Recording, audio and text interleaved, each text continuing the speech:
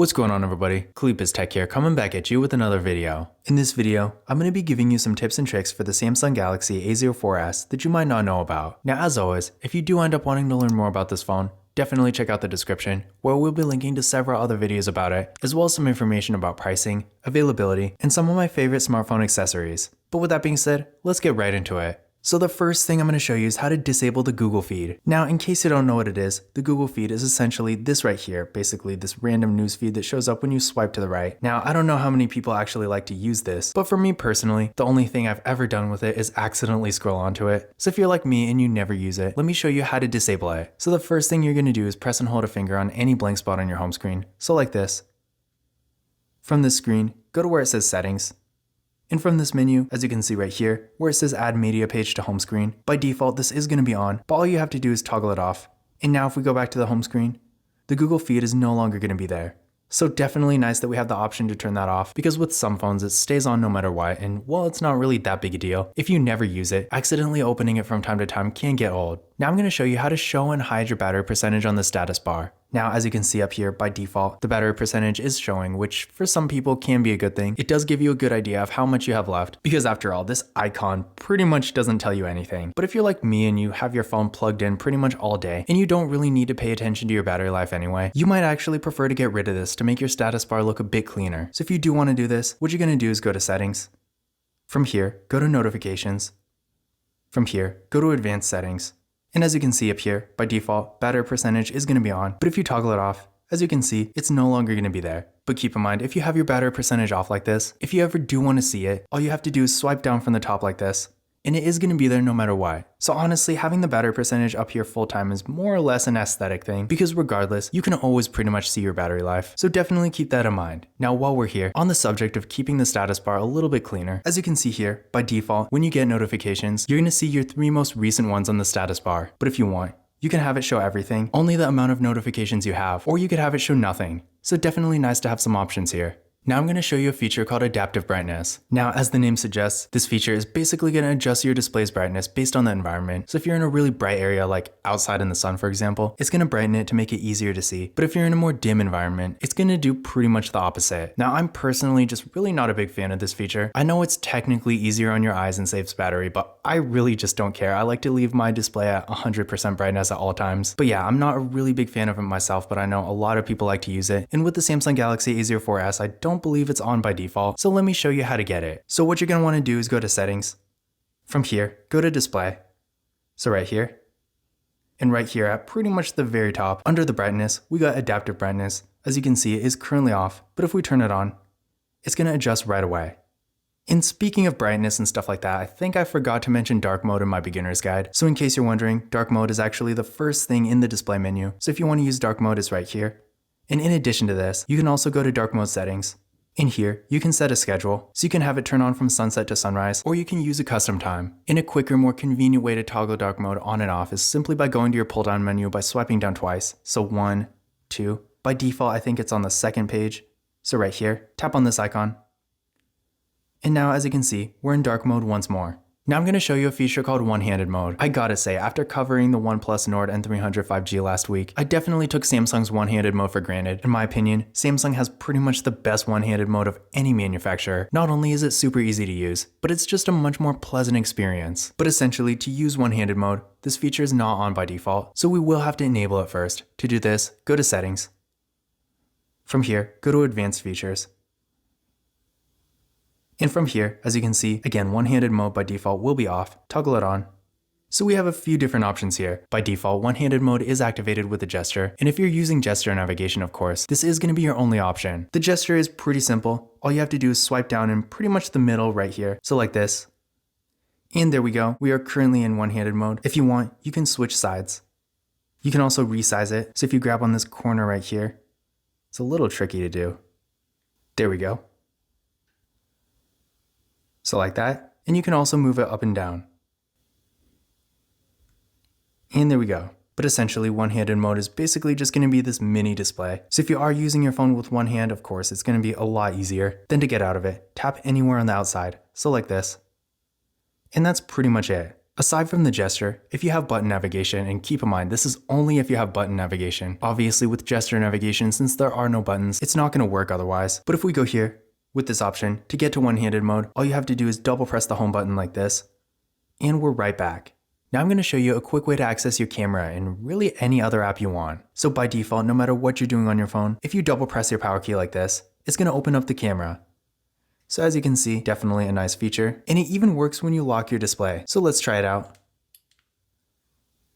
As you can see, it is locked, and it still works. So definitely a nice feature. But like I said, this feature can not only activate the camera, but pretty much any other app on your phone too. So to set this up, you're going to want to go to Settings. From here, go to Advanced Features. Then from here, go to Side Key. As you can see, by default, it is going to be on, but if you want to turn it off for whatever reason, toggle this off. And now double pressing is going to do nothing. In addition to this, by default, of course, it will open the camera, but if you want, you can have it open pretty much any other app you want. So as you can see, you can select pretty much anything. So let's see, what's the most ridiculous thing I can select? Let's do Galaxy Store. So once you select an app, double pressing the power key, of course, is going to open up whatever you choose. So let's give it a try. And there we go.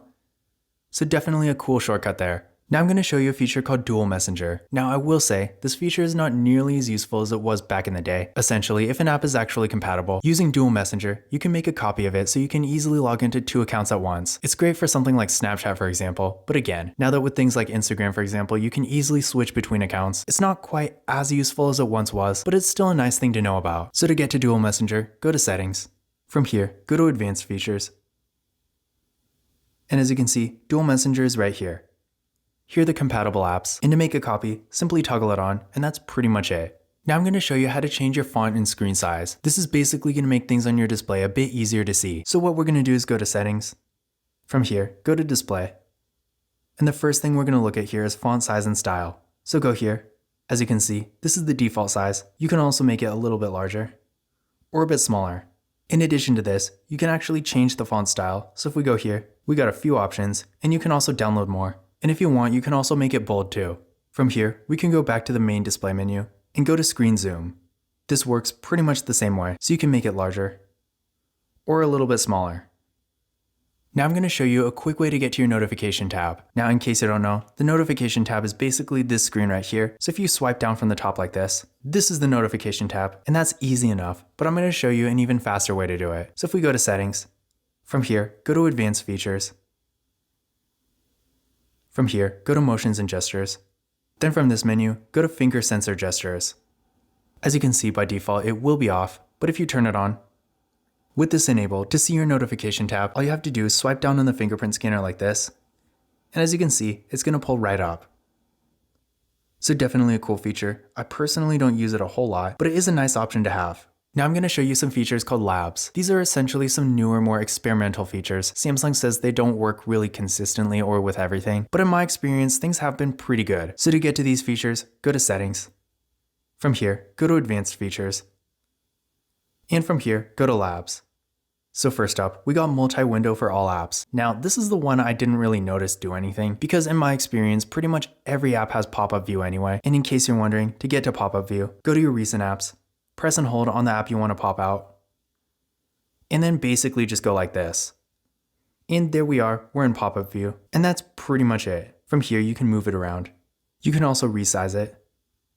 So definitely a pretty interesting feature. To go back to normal, tap on this bar right here, hit this icon, the one that's like the arrows pointing out, and here we are. After this, we got full screen and split screen view. So this one is actually pretty simple. All it's going to do is hide the status bar and the navigation bar, and that's going to make things in split screen a bit easier to see. So let's try it out. To get to split screen, what you're going to do is go to your recent apps, press and hold on the icon, drop it wherever you want, so either top or bottom. So we're going to do top. There we go. As you can see, the status bar is now gone. From here, select the second app, so Chrome. And that's pretty much it. As you can see, it does work. No navigation bar, no status bar, so pretty cool there. Now to get out of split screen, what you're going to do is grab these dots, not the bar, but these dots right here, and drag it either all the way down or all the way up. So there we go. And then these last two are basically shortcuts for split screen and pop-up. So if we turn these on, for split screen, basically take 2 fingers, swipe up like this, and that's going to take us to split screen. Then for pop-up, what you're going to want to do is swipe down from the corner like this, And that's going to take us to pop-up view. There we go. And again, to get out of pop-up view, it was kind of confusing at first. It took me a lot longer than I'd want to admit, but basically tap on this bar, hit this pop out kind of thing, and that's it. In addition to this, you do have a few different options too. So if we hit this, you can also go to split screen, or you can pop it in so it basically turns it into an icon. Or you can go here, it's basically like a full screen kind of thing. And then finally, you can just close it. The last thing I'm going to show you is how to change your refresh rate. By default, with the Samsung Galaxy A04s, this phone actually has a 90Hz refresh rate, which on one hand, I do think it's really cool because it makes the phone feel a little bit more premium. I don't know if you can actually tell or not, but the movement on the screen is pretty fast and smooth. But keep in mind, this can drain the battery. By how much, I don't know, probably not a whole lot. But if you want to save as much battery as you can lower the refresh rate to 60Hz instead. To do this, go to Settings. From here, go to Display. Then from here, go to Motion Smoothness.